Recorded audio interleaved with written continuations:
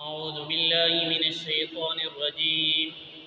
بسم الله الرحمن الرحيم. وقالوا اتخذ الله ولدا سبحانه بل له ما في السماوات والأرض كل له قانتون. صدق اللہ العظیم. سورۃ البقرہ ہے، آیت نمبر 116 سے انشاءاللہ آج کا درس قرآن ہے. اس آیت کے اندر بھی، ان آیات کے اندر بھی اللہ تبارک و تعالیٰ کی ذات نے یہودی اور نصارہ کا اور مشرکین مکہ کا جو رب العالمین کی ذات پر اعتراض تھا، ان کا اعتراض یہ تھا کہ یہودی کہتے تھے کہ عزیر علیہ السلام یہ اللہ کے بیٹے ہیں، اور نصارہ کہتے تھے کہ حضرت عیسیٰ علیہ السلام اللہ تبارک و تعالیٰ کے بیٹے ہیں، اور مشرکین مکہ کہتے تھے کہ فرشتے جو ہیں یہ اللہ تبارک و تعالیٰ کی بیٹیاں ہیں. تو اللہ تبارک و تعالیٰ کی ذات نے ان کے اس بیان کی تردید فرمائی کہ یہ جو کچھ تم کہہ رہے ہو مشرکین مکہ، کیا تم اپنے لیے یہ بیٹیاں گوارا کرتے ہو؟ تم اللہ تبارک و تعالیٰ کی طرف اس کی نسبت کرتے ہو. اور یہودی اور نصارہ بھی اسی طریقے پر کہتے تھے کہ یہ اللہ تبارک و تعالیٰ کی اولاد ہے. تو اللہ تبارک و تعالیٰ نے واضح کہہ دیا کہ نہ اللہ کی کوئی اولاد ہے، نہ اللہ کسی کی اولاد ہے. جب اللہ کے کوئی برابر نہیں، نہ اللہ کا کوئی ہم اثر ہے، نہ اللہ کسی سے پیدا ہوا، نہ اللہ سے پہلے کوئی تھا، نہ اللہ کے بعد کوئی ہے، تو پھر اللہ کے لیے بیٹے اور بیٹیاں یا اللہ کے لیے بچیاں یا اللہ کے لیے کسی کی اس طرح کی نسبت کرنا فرمایا یہ جائز نہیں ہے. وقالوا اتخذ اللہ ولدا سبحانہ، اور کہتے ہیں کہ اللہ رکھتا ہے اولاد، تو سب باتوں سے پاک ہے. کہا کہ تم کہتے ہو اللہ اولاد رکھتا ہے، فرمایا سبحانہ، اللہ ان چیزوں سے پاک ہے. بل لہ ما فی السماوات والارض، بلکہ اسی کے لیے جو کچھ ہے آسمان اور زمین میں. کل لہ قانتون، سب اسی کے تابعدار ہیں. بدیع السماوات والارض، نیا پیدا کرنے والا ہے اور آسمان اور زمین کو. وَإِذَا قَضَىٰ أَمْرًا فَإِنَّمَا يَقُولُ لَهُ كُن فَيَكُونُ، اور جب حکم کرتا ہے کسی کام کے لیے، کسی کام کے فیصلے کے لیے، یقول، تو وہ کہتے ہیں لہو، اس چیز کے بارے میں، کن، ہو جا، فیکون، تو وہ ہو جاتی ہے. کہا کہ اللہ تبارک و تعالیٰ کی ذات کے لیے جس چیز کا تم یہ باتیں کر رہے ہو یہ بالکل غلط ہے. اللہ تو کسی چیز کے بارے میں کن کہے تو وہ چیز ہو جاتی ہے. اور پھر ان کا یہ تھا کہ خاص کاموں کے لیے اللہ تبارک و تعالیٰ کی ذات کا ملائکہ کو مقرر کرنا، مثلا بارش والے فرشتے، رزق والے، اور اسی طریقے پر مختلف چیزوں کے لیے، تو یہ اللہ تبارک و تعالیٰ کے مددگار ہیں. تو اللہ تبارک و تعالیٰ کی ذات نے فرمایا کہ نہیں، ایسی کوئی چیز نہیں ہے. تو اللہ تبارک و تعالیٰ کے ان کے کہنے کا ہے، یہ جو چیزیں بھی ہیں یہ تو باقی اللہ تبارک و تعالیٰ کی طرف سے ان کے لیے ان کو یہ حکم دیا گیا ہے. آگے فرمایا وقال الذین لا يعلمون لولا يكلمون اللہ او تأتینا آیہ، اور اسی طریقے بعد یہ یہودی اور نصارہ جو جاہل تھے، ان کی جاہلیت کی ایک انتہا تھی. وہ کیا کہتے تھے؟ کہتے تھے جو لوگ کچھ نہیں جانتے، کیوں نہیں بات کرتا ہم سے اللہ، یا کیوں نہیں آتی ہمارے پاس کوئی آئے. یعنی یہود اور نصارہ کی ضد اور درمی مشرکین کی آپ کس سے اندازہ لگائیں. وہ کہتے تھے کہ ہم اللہ تبارک و تعالیٰ کی ذات کو ماننے کے لیے تو تیار ہیں، جس طرح موسیٰ علیہ السلام کی ذات کے ساتھ اللہ تبارک و تعالیٰ کلام ہوئے، یہ فرشتوں کے ذریعے جو وحی آتی ہے، یہ ہمارے لیے کسی نبی کے ذریعے نہیں ہو بلکہ براہ راست فیس ٹو فیس اللہ تبارک و تعالیٰ ہمارے ساتھ بات کریں تو ہم اللہ تبارک و تعالیٰ کی ذات پر ایمان لانے کے لیے تیار ہیں. كذلك قال الذين من قبلهم مثل قولهم، تو اللہ تبارک و تعالیٰ کی ذات اپنے محبوب سے فرمایا کہ اسی طرح کہہ چکے وہ لوگ جو ان سے پہلے تھے انہی کی بات. تشابہت قلوبهم، ایک سے ایک ہے دل ان کے. قد بینا الآیات لقوم یوقنون، بے شک ہم نے بیان کر دیا نشانیاں ان لوگوں کے واسطے جو یقین لاتے ہیں.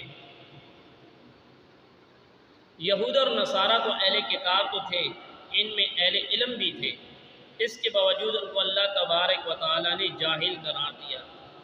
اس کی وجہ یہ تھی کہ قطعی، یقینی اور صحیح ثبوت ہونے کے باوجود بھی سب باتیں ان کے سامنے آنے کے باوجود بھی وہ اللہ تبارک و تعالیٰ کی ذات کے اوپر اور جناب نبی کریم صلی اللہ علیہ وآلہ وسلم کی رسالت پر شکوک اور شبہات پیدا کرتے تھے۔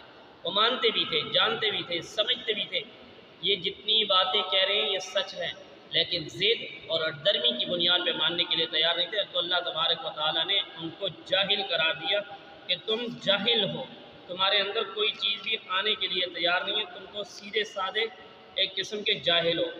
آگے اللہ تبارک و تعالیٰ نے اپنے محبوب پیغمبر سے فرمایا اِنَّا أَرْسَلْنَاكَ بِالْحَقِّ بَشِيرًا وَنَذِيرًا وَلَا تُسْأَلُ عَنْ أَصْحَابِ الْجَحِيمِ۔ بے شک ہم نے تجھ کو بھیجا ہے سچا دین دے کر، خوشخبری دینے والا اور ڈرانے والا۔ وَلَا تُسْأَلُ عَنْ أَصْحَابِ الْجَحِيمِ، اور آپ سے پوچھ گچھ نہیں ہوگی کس کے بارے میں؟ دوزخ میں رہنے والوں کے لیے۔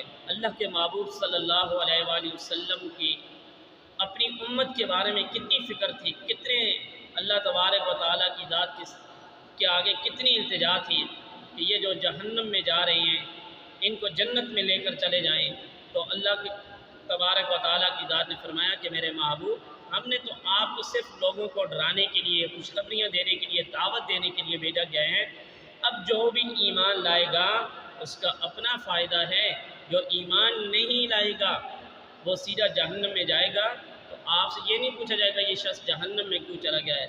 اس لیے دعوت و تبلیغ کے میدان میں بھی ان باتوں کا خیال رکھنا چاہیے۔ جب اللہ تبارک و تعالیٰ اپنے نبی سے کہہ رہے ہیں کہ آپ کا کام دعوت دینا ہے، ہم سے یہ پوچھ گچھ نہیں ہوگی کون ایمان لایا کون نہیں لایا، یہ تو ہدایت میرے اللہ کے اختیار میں ہے۔ وَلَن تَرْضَىٰ عَنكَ الْيَهُودُ وَلَا النَّصَارَىٰ حَتَّىٰ تَتَّبِعَ مِلَّتَهُمْ۔ آگے اللہ تبارک و تعالیٰ نے اپنے محبوب کو ایک تسلی اور دی، فرمایا وَلَن تَرْضَىٰ عَنكَ الْيَهُودُ، ہرگز بھی راضی نہیں ہوں گے تجھ سے یہود اور نصارہ جب تک آپ تابع نہ ہوں ان کے دین کے۔ اور اِنَّ هُدَى اللَّهِ وَالْهُدَىٰ، تو کہہ دے جو راہ اللہ بتا دے وہی سیدھی ہے۔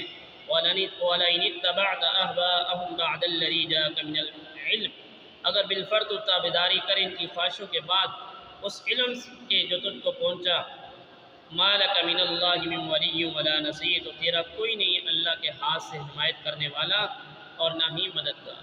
یہاں پر اللہ تبارک و تعالیٰ نے اپنے محبوب کو کہا ہے میرے محبوب پیغمبر اگر آپ ان یہود اور نصارہ کو راضی نہیں کر سکتے، یہ آپ کی کسی کہنے پہ راضی ہونے کے لیے تیار نہیں ہے، یہاں تک کہ آپ انہی کے ملت کے اوپر چلے جائیں، یعنی کیسی بات کہ اللہ تبارک و تعالیٰ کہہ رہے ہیں ان یہود اور نصارہ کے اندر اس بات کی ضد اور درمی دیکھ لو کہ میرے محبوب آپ خود انہی کے دین پر چلے جائیں، یہ پھر تو راضی ہو سکتے ہیں، ویسے یہ کسی چیز کے اوپر راضی نہیں ہو سکتے۔ اللہ تبارک و تعالیٰ نے آپ کو صرف مبشرا و نذیرا بنا کر بھیجا ہے، آپ اس چیز کی پرواہ نہ کریں، یہ بولے کہ اللہ تبارک و تعالیٰ کی ذات ہے جس کو ہدایت دیتی ہے، جس کو چاہتے ہیں ہدایت نہیں دیتی۔ آگے اللہ تبارک و تعالیٰ کی ذات نے فرمایا الذین آتیناہم الکتاب یتلونہ حق تلاوتہ، اور وہ لوگ جن کو دی ہم نے کتاب وہ اس کو پڑھتے ہیں جو حق ہے اس کے پڑھنے کا، اولئک یؤمنون بہ، اور وہی اس پر یقین بھی لاتے ہیں، ومن یکفر بہ فاولئک هم الخاسرون، اور جو کوئی منکر ہوگا، جو کوئی اس کا انکار کرے گا، وہی لوگ نقصان پانے والے ہیں۔ اس آیت کے اندر، اس سے پہلے والی آیت کے اندر جو اہل کتاب کا ذکر تھا، یعنی جو اہل کتاب جو کتاب کو ماننے کے لیے تیار نہیں تھے، اور مخالفین کا جو ایمان سے بالکل کلی مایوس تھے، یعنی اس کے بعد حسب عادت قرآن نے انصاف پسینہ اور اہل کتاب کا بیان ہے جنہوں نے حق کو واضح ہو جانے کے بعد بھی جناب رسول اللہ صلی اللہ علیہ وآلہ وسلم کی تصدیق کی اور آپ صلی اللہ علیہ وآلہ وسلم کا اتباع کو اختیار کر لیا۔ اور اسی طریقے پر فرمایا جن لوگوں کو ہم نے کتاب تورات انجیل دی بشرطے کہ وہ اس کی تلاوت اس طرح کرتے ہیں جس طرح اس تلاوت کا حق ہے، تو فرمایا کہ ان کے لیے کیا ہے، اولئک یؤمنون بہ، وہ اس کتاب کی اسی طریقے پر تلاوت کرتے ہیں، ومن یکفر بہ فاولئک هم الخاسرون، اور جو لوگ قرآن کریم کی حقانیت اور واضح دلائل کو پہنچنے کے بعد انکار کرتے ہیں تو یہی لوگ خسارے والے ہیں۔ اللہ تبارک و تعالیٰ ان باتوں پر عمل کی توفیق عطا فرمائے۔